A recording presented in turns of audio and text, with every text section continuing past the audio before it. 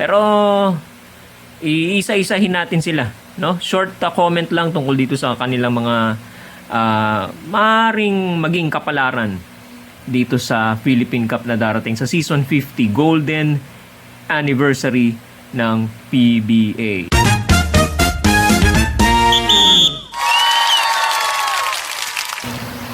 Magandang araw mga katokers, mga katokis, mga katoshis. Welcome naman po sa ating panibagong vlog dito sa Talking Toshi Sports. Alright, silipin natin itong nalalapit na pagbubukas ng PBA, ng Philippine Cup ang una natin. So, as a celebration dito sa 50th season ng PBA ay sisimulan nila sa Philippine Cup. Alright? At pagka pinag-usapan ng Philippine Cup, okay, ilang teams ang nangingibabaw dito. At kilala naman natin kung sino na, no? Pero iisa-isahin natin sila, no? Short comment lang tungkol dito sa kanilang mga maring maging kapalaran dito sa Philippine Cup na darating sa Season 50 Golden Anniversary ng PBA. Alright, at simulan na natin dito sa number 12 muna tayo. Maganda pagka number baba, pataas, ano? Okay. So, okay, ano ba masasabi natin dito sa number 12? Sino po ba number 12? Okay? Walang iba kundi ang, alam na niyo na, Terra Firma Jeep. Okay? With their recruitment, no? Ako umaasa, no? I hope na maganda yung kanilang focus, okay? At yung mga bagong player sila ay magkaroon ng development, no? For a long time. Bakit ine-emphasize ko yung long time? Terra Firma Jeep for the past years known for throwing their superstars outside the window, no, giving it up to the to the rich teams, yung mga mayayaman na teams, sa mga malalaki at mga higanting mga teams. Yun ang nakikinabang. Kaya nga tinagurian silang farm team, no? Yan.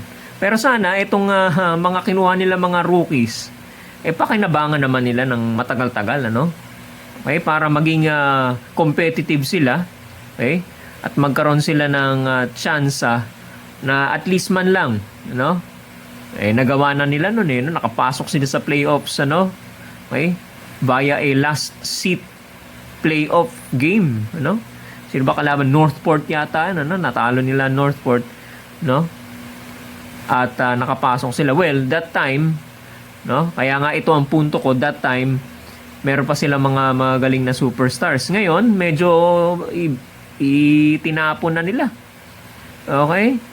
That time may Wami Chongson pa sila, nasa San Miguel na si Wami Chongson, so they need another, siguro Wami Chongson like player na mag-uplift ng kanilang games or laro, okay, to be competitive once again.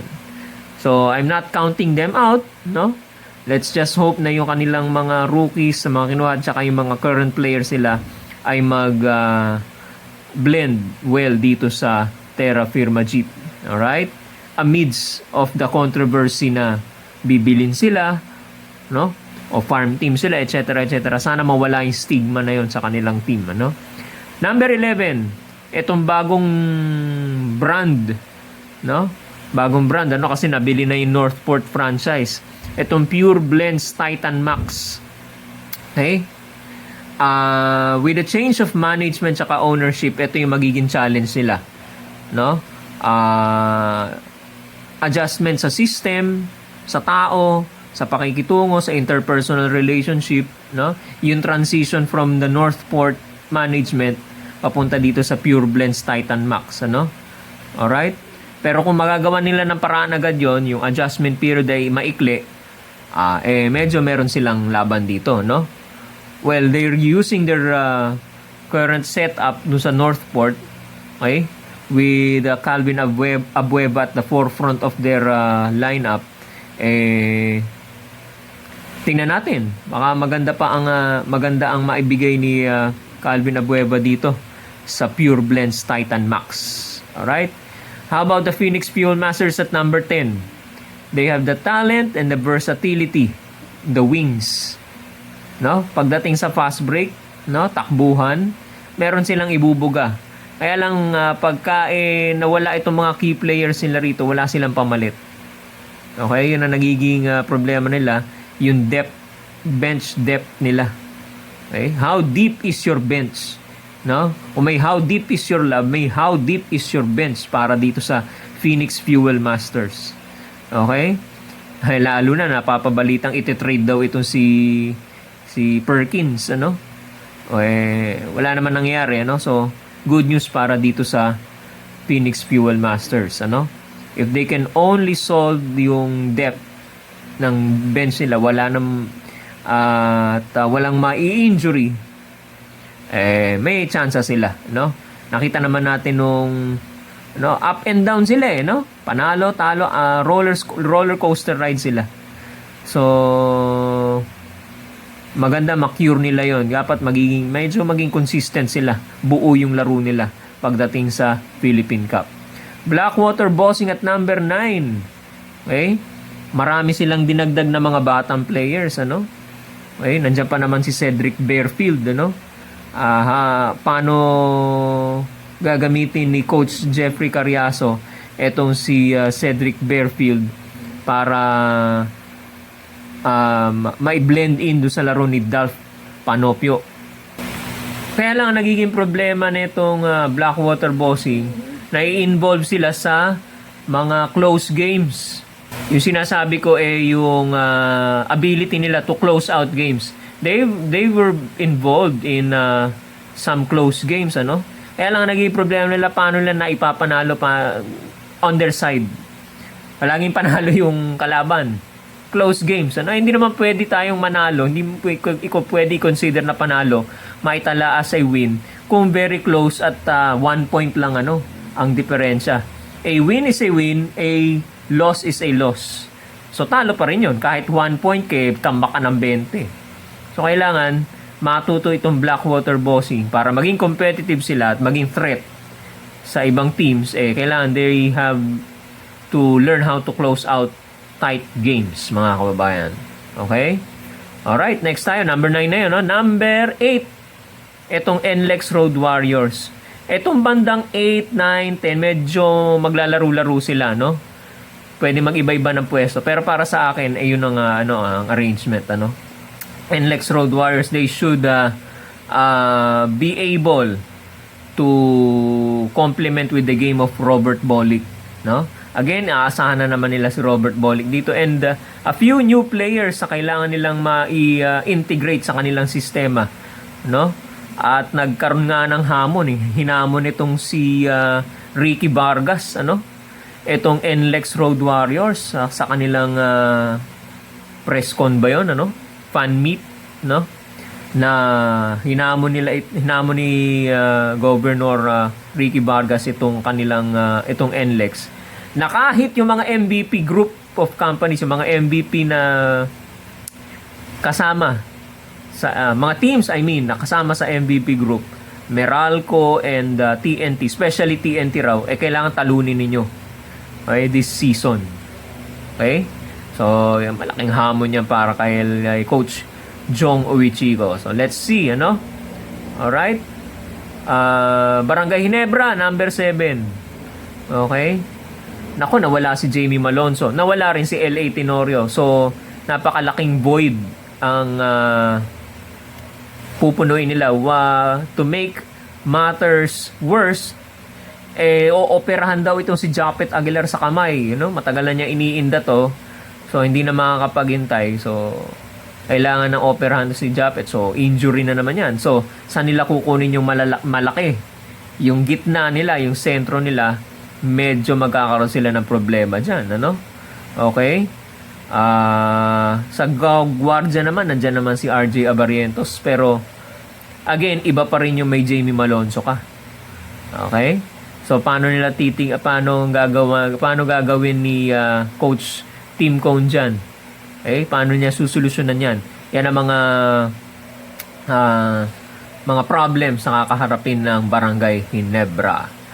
Number 6, Magnolia Hotshots. Ayan, dito naman napunta ang swerte ng konti.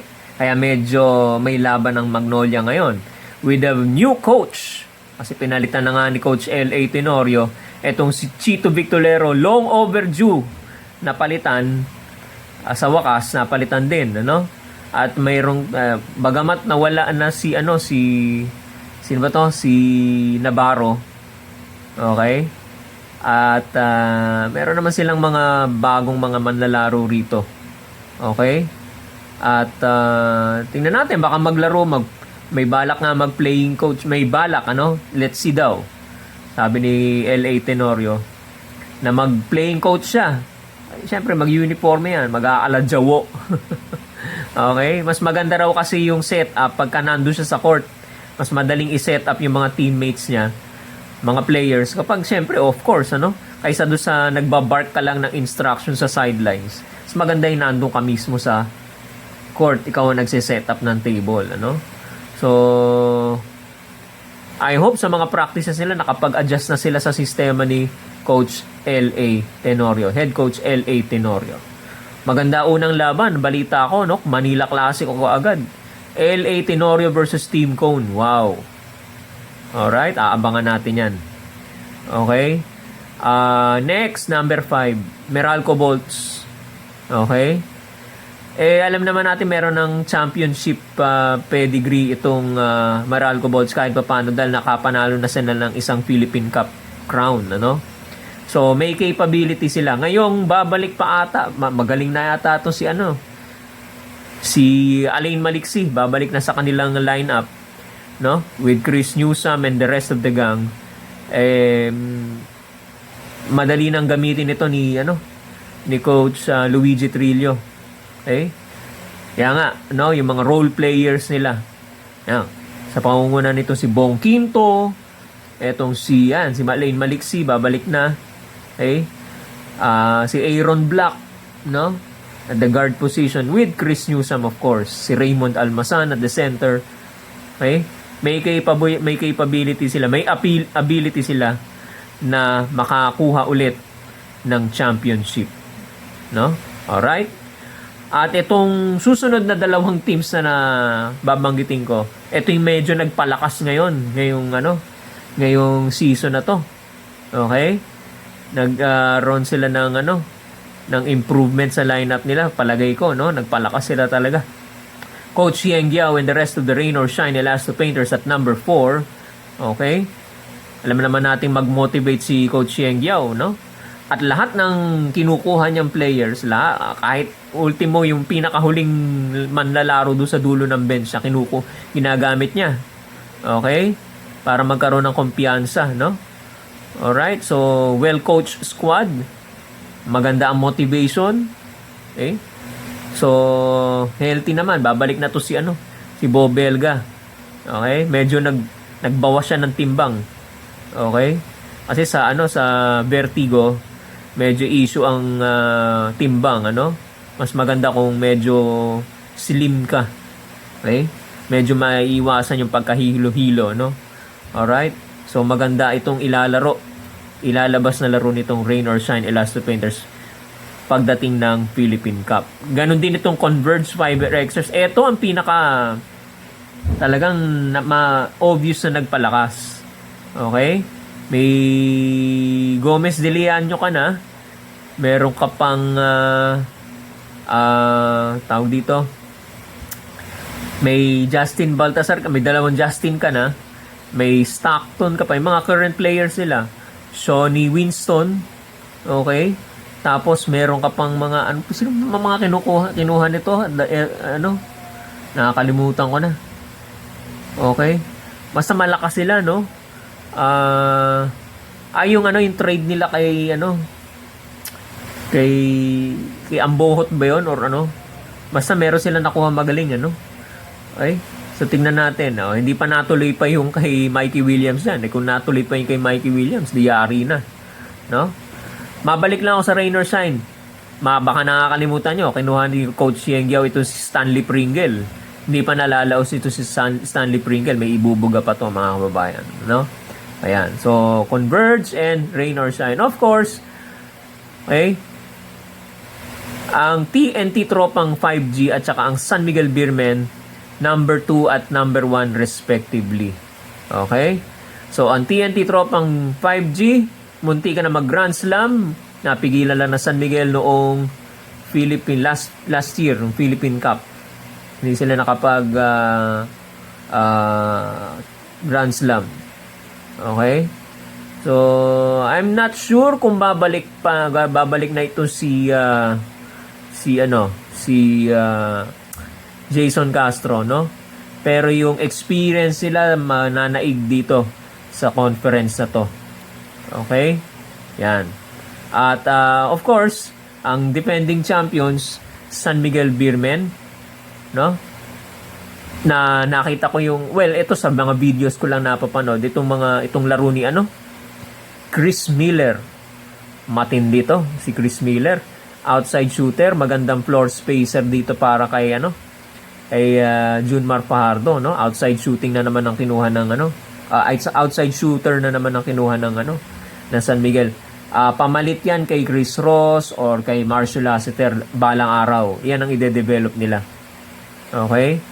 So, nandiyan pa rin yung mga masisipag na mga sentro, si Rodney Brondial, si Mo Tao Tua, nandiyan pa rin. Okay? Yung mga role players, Chris Rosales, Jeron Teng, alright? Wami Chongson, nandiyan pa rin. Okay? So, tingnan natin kung yung kanilang stable core, no? Yung stable na lineup, no? Na umiikot sa laro laro at sistema ni Junmar Fajardo, ni Coach Leo Austria ay effective pa rin laban dito sa 11 teams na tatangkain nila itong San Miguel Beermen na paalisin, no? Na pigilan na makapasok sa finals at mag-champion ulit. Alright? So, yan ang parang prognosis natin sa mga teams. Okay? Napapasok at sasabak dito sa season 50, no? Ito ay unang conference, Philippine Cup, no? Alright? So, yan po. Mga kababayan, sa kalooban ninyo ang kahihinat na nitong mga teams na to, no? Ano ang opinion nyo tungkol dito sa power rankings na ito, mga kababayan? Patuloy po ninyong suportahan ang ating YouTube channel at Talking Toshi Sports. Just hit the subscribe button at huwag nyo rin po kakalimutan, po-promote na rin natin bagong Facebook account po natin, mga kababayan. Facebook account Talking Toshi Sports din po. Nandyan po sa inyong mga screen ang itsura or yung parang facade or front page ng ating mga social media account. At maraming salamat pong muli sa inyong panonood. Hanggang sa muli po. Paalam.